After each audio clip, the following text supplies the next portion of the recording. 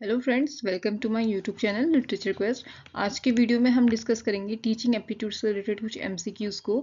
एक छोटा सा सेशन रहने वाला है जिसमें मैंने इंक्लूड किए हैं प्रीवियस पेपर में जो हमारे क्वेश्चंस आए हुए हैं, वो सारे मैंने इसमें इंक्लूड किए हैं। तो चलिए स्टार्ट करते हैं। मेरा पहला क्वेश्चन है कि शिक्षण कौशलों के प्रयोग से विकसित होता है, यानी जो शिक्षण कौशल हैं उनके प्रयोग से कौन सी चीज का डेवलपमेंट होता है। अब सबसे पहले अगर हम शिक्षण कौशलों की बात करें तो बच्चा शिक्षण कौशल होते क्या हैं। जैसे कि हम बात करें प्रश्न पूछने का कौशल, कि एक टीचर है वो कक्षा में प्रश्न कैसे पूछ रहा है।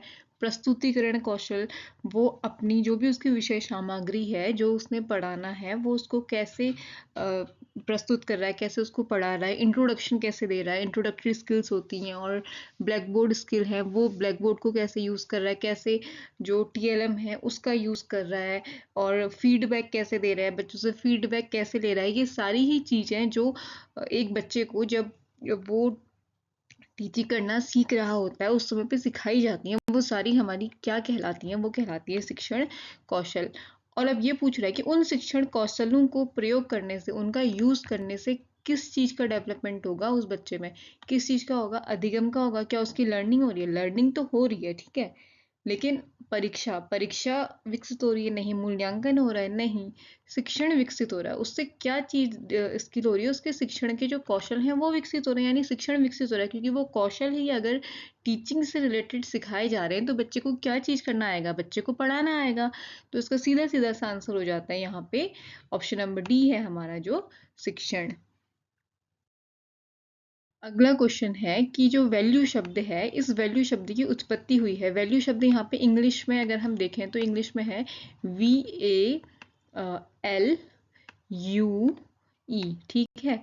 तो इस ये जो हमारा वैल्यू शब्द है इंग्लिश में, इस वैल्यू शब्द की उत्पत्ति किससे हुई है? तो इस वैल्यू शब्द की उत्पत्ति हुई है आपकी एक लैटिन भाषा का शब्द है वेलेरे।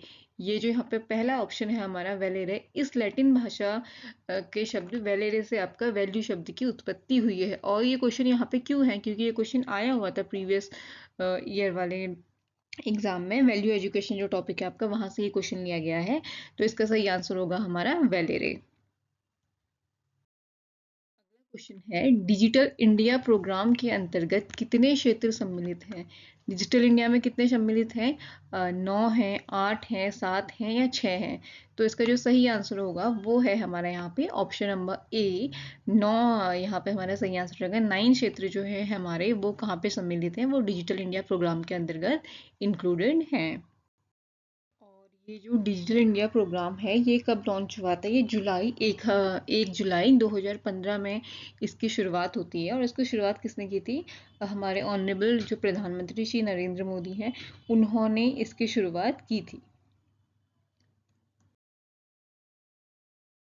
अगला क्वेश्चन, राष्ट्रीय सूचना विज्ञान केंद्र एनआईसी की स्थापना कब हुई? तो ऑप्शन है यहाँ पे 1976, 1996, 1997, 1977 और 1974। तो इसकी जो स्थापना हुई थी वो 1976 में हुई थी। सही आंसर यहाँ पे हो जाएगा 1976।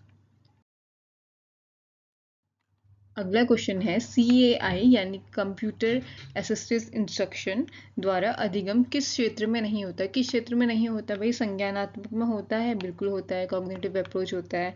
क्रियात्मक होता है? होता है। सभी में होता है? सभी में नहीं होता? नहीं। तो किस में नहीं होता है? इसमें भावात्मक में नहीं होता है, ठीक है। भावात्मक रूप से यहाँ पे कोई भी अधिगम CAI के थ्रू नहीं होता है। तो यहाँ पे सही आंसर हो जाएगा हमारा भावात्मक। अगला क्वेश्चन है, निम्न में से कौन सा शिक्षण कौशल नहीं है? ठीक है, नहीं है पूछा है, कौन सा नहीं है? उद्दीपन भिन्नता। उद्दीपन भिन्नता तो शिक्षण कौशल है, ठीक है। विन्यास प्रेरणा, ये भी शिक्षण कौशल है। खोजपूर्ण प्रश्न, बहुत अच्छा, ये इंपॉर्टेंट शिक्षण कौशल है। लेकिन जो ऑप्शन नंबर 3 है हमारा, सत्ता की आलोचना करना, ये कोई भी शिक्षण कौशल नहीं है। तो यहाँ पे सही आंसर हो जाएगा सत्ता की आलोचना करना। अगला क्वेश्चन है, NCTE national council for teachers education, इसकी स्थापना कब हुई थी? 1973, 86, 1990 या 1991? तो इसकी स्थापना कब हुई थी? इसकी स्थापना हुई थी आपका 1973 में। ऑप्शन नंबर ए यहाँ पे हमारा करेक्ट हो जाएगा। क्वेश्चन है कि सभी राज्यों में कॉम्प्रिहेंसिव कॉलेज की स्थापना की जाए, यह किसका कथन था? किसने बोला था कि सभी जगह पे जो है कॉम्प्रिहेंसिव स्कूल्स है और कॉम्प्रिहेंसिव कॉलेज जो है वो खोले जाएं? कोठारी आयोग ने, मुदालियर आयोग ने, विश्वविद्यालय शिक्षा आयोग एनकेसी ने। तो ये जो कोठारी आयोग है इनकी ये सिफारिश थी, मेन सिफारिश थी कि सभी राज्यों में क्या खोले जाएं, कॉम्प्रिहेंसिव कॉलेजों की स्थापना की जाए। ऑप्शन नंबर बी यहाँ पे करेक्ट हो जाएगा। अगला क्वेश्चन है, बहुउद्देशीय विद्यालयों की अवधारणा प्रस्तुत की गई थी, किसने की थी? इस पे मैंने पूरा एक अच्छा खासा वीडियो भी बनाया हुआ है, उसमें मैंने बहुत अच्छे से समझाया था। जिसने देखा होगा वो समझ गया होगा। ऑप्शन है यहाँ पे मुदालियर आयोग, विश्वविद्यालय शिक्षा आयोग, एनकेसी या कोठारी आयोग। तो मुदालियर आयोग जो था हमारा, माध्यमिक शिक्षा आयोग भी जिसको बोला जाता है, उन्होंने जो है बहुउद्देशीय विद्यालयों की अवधारणा को प्रस्तुत किया था, माध्यमिक शिक्षा। अगला क्वेश्चन है कि राष्ट्रीय जनसंख्या शिक्षा परियोजना प्रारंभ हुई थी, कब प्रारंभ हुई थी? ये हुई थी आपका 1980 में प्रारंभ हुई थी। ऑप्शन नंबर ए ही हमारे यहाँ पे करेक्ट है, 1980।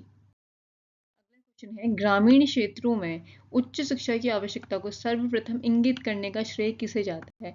ग्रामीण जो क्षेत्र है वहां पे हायर एजुकेशन को होना चाहिए, इस चीज को किसने फोकस किया था? किसने किया था? ये हमारा जो राधा कृष्ण आयोग है, विश्वविद्यालय शिक्षा आयोग जो है, उन्होंने इस चीज को बोला था और स्पेशली उन्होंने ग्रामीण क्षेत्रों में भी कॉलेजेस की स्थापना को सुझाव दिया था, ताकि वहां पे भी जो बच्चे हैं उन तक भी उच्च शिक्षा की पहुंच को सुनिश्चित किया जा सके। तो विश्वविद्यालय शिक्षा आयोग हमारे यहाँ पे करेक्ट आंसर हो जाएगा, ऑप्शन नंबर ए।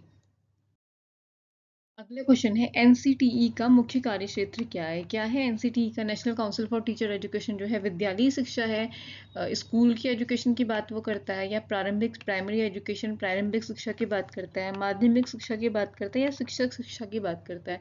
तो एनसीटीई जो है वो किसकी बात करता है? वो शिक्षक शिक्षा यानी कि टीचर्स एजुकेशन की बात करता है। जिसको फुल फॉर्म पता होगा वो सीधे ही इसका आंसर निकाल लेगा। ऑप्शन नंबर बी हमारे यहाँ पे, ये जो बीएड एमएड और उनसे रिलेटेड जो भी नॉर्म्स वगैरह हैं वो सारे एनसीटीई ही निर्धारित करता है, वही ग्रेडिंग करता है, ये सारी चीज़ें एनसीटीई ही करता है। तो यहाँ पे हमारा सही आंसर हो जाएगा एनसीटीई, शिक्षक शिक्षा से संबंधित है। अगला क्वेश्चन है हमारा, जवाहर नवोदय विद्यालयों की स्थापना की सिफारिश का आधार था, किसने बोला था कि जो ये नवोदय जेएनवीज हैं, नवोदय स्कूल से इनको खोला जाए?